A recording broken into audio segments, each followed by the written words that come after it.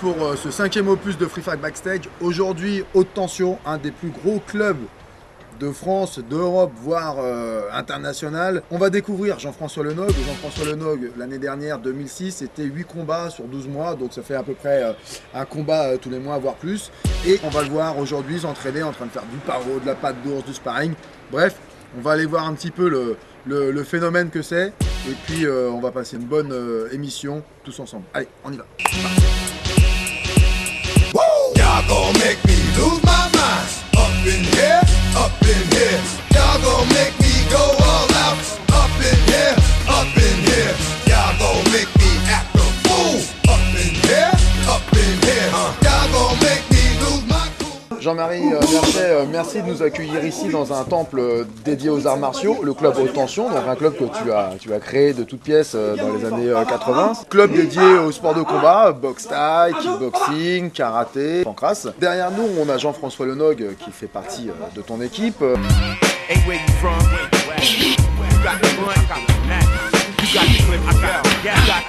Jean-François, tu l'as connu très jeune. Jean-François, je l'ai connu, il avait 13 ans.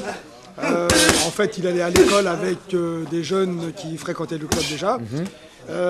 Donc lui, après, il s'est dirigé vers le Vutuat, qui est un art martial vietnamien. Il travaille avec nous déjà depuis de nombreuses années. Quelle est sa force et éventuellement quelles sont ses faiblesses? Disons qu'en gros, Jeff est quand même assez complet, c'est-à-dire qu'il a un bon niveau au sol et un bon niveau debout. Sa grosse force, c'est déjà sa force physique, son physique qui est quand même au-dessus de la moyenne, et puis surtout un gros mental. Maintenant, du coup, avec le temps, il se rend compte qu'il faut travailler également dans ses points faibles, et donc il est en train de progresser notamment beaucoup en boxe et en pied-point. Je vais presque dire, ça va le faire rigoler, mais qui devient plus boxeur que pratiquant le Vutuat, et il est en pleine progression. D'accord. On va encore regarder un petit peu le travail de Jean-François, et puis je te remercie encore, et je pense qu'on reviendra souvent parce qu'il y a pas mal de champions qui travaillent ici. Avec plaisir. Donc je te remercie beaucoup. Merci.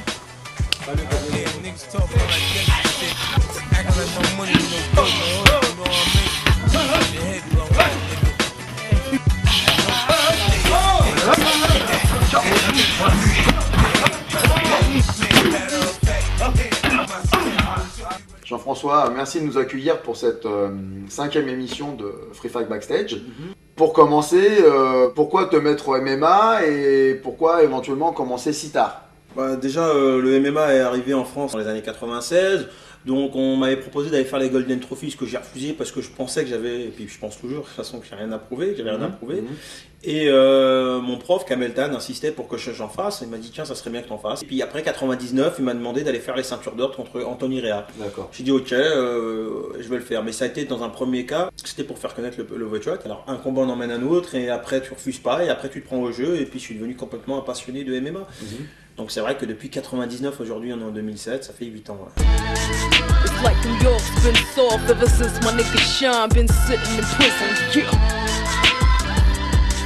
Check it. Ta grande force, c'est ton mental. Ça fait partie du côté, ton côté art martial, d'avoir cette force mentale. Ouais, tout à fait. Je pense que le côté martial m'aide beaucoup dans ce que je fais, dans le free fight. C'est quelque chose d'à part, où j'enseigne quelque chose d'autre, mais ça m'aide beaucoup parce qu'effectivement il faut avoir ce côté très strict, très sérieux. Il y a aussi le respect du prof, le respect du maître, qu'il n'y a pas forcément dans les autres pratiques de sport.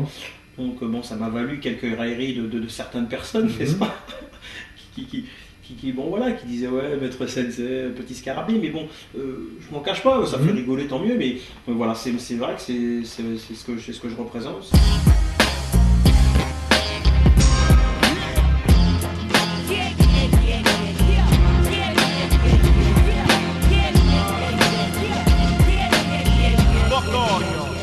Jean-François Lenogue, premier combat au Japon. Je suis parti tout seul au Japon, dans un pays où je ne connaissais rien. J'ai pris un billet d'avion, j'ai loué un hôtel via internet, et puis je suis arrivé au Japon, et puis j'étais dans une salle qui s'appelle le Killer Budojo, où il y a Kid Yamamoto, et je lui ai demandé si je pouvais m'entraîner. Ce qu'il a accepté tout de suite, et je me suis entraîné avec l'équipe pendant 15 jours, 16 jours. Donc voilà, tu as combattu au DIP, quasiment un mois et demi après. C'est ça. Pareil, Jean-François Lenogue contre Yuki Kondo qui a un palmarès éloquent, 46 victoires. qui combat depuis maintenant plus de 10 ans, lui, à ultra haut niveau. Comment toi tu réagis sur cette annonce. On me propose du Kikondo, bon, je dis oui, mais j'ai pour principe de dire que effectivement, il faut un peu qu'on démystifie tous ces combattants, qu'ils soient japonais, américains ou brésiliens, surtout brésiliens, parce que on en fait un peu une sorte de surhomme, alors que c'est totalement faux. M'étant entraîné quand même pas mal de temps au Japon, je me suis rendu compte qu'ils sont pas aussi complets que ça, et que effectivement, on a les moyens de les battre.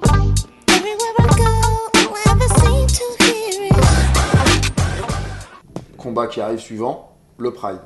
J'ai concrétisé le rêve de ma vie, c'est d'aller combattre au Pride. Donc, quel combattant aujourd'hui n'aurait pas d'aller combattre au Pride? Mais j'ai pas dit, moi maintenant je veux faire le Pride. Non, ça n'a pas été comme ça. Les choses sont venues naturellement. On m'a proposé, j'ai dit oui. 자, 2라운드의 이 펀치 연타 정말 대어를 낚을 뻔했는데요.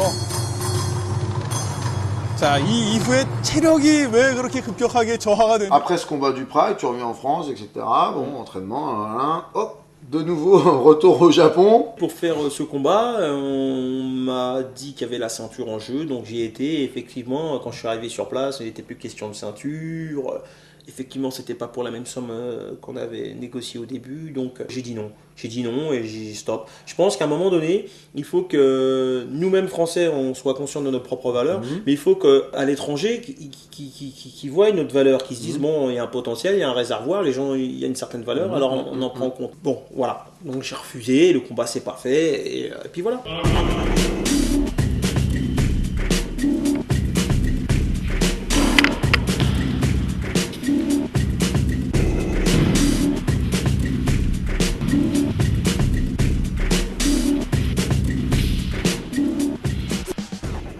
Et donc là, point de vue futur, éventuellement des combats à venir, retour au Japon. Il y a des combats à venir, J'en dis pas trop longtemps que j'ai pas signé parce que bon, ça peut évoluer. Moi, je te souhaite que du bonheur parce que tout ce que tu entreprends, tu le fais à fond, donc ça c'est plaisant. Et je te remercie de nous avoir accueillis sur cette demi-journée de tournage à ton entraînement, à tes cours, et de nous avoir consacré du temps qui est, je sais, très précieux pour cette interview. J'espère te revoir bientôt dans l'émission pour nous dire voilà, comment j'ai gagné ma ceinture du Pride ou ma ceinture de l'UFC. Jean-François, merci, je te remercie Loïc. beaucoup. Et puis, je te dis à très bientôt. À bientôt, ciao ciao. À très bientôt pour une prochaine émission Free Fight Backstage avec cette fois-ci encore un autre champion français. Je vous en dis pas plus, ça sera une surprise. Ciao, bye. Bye.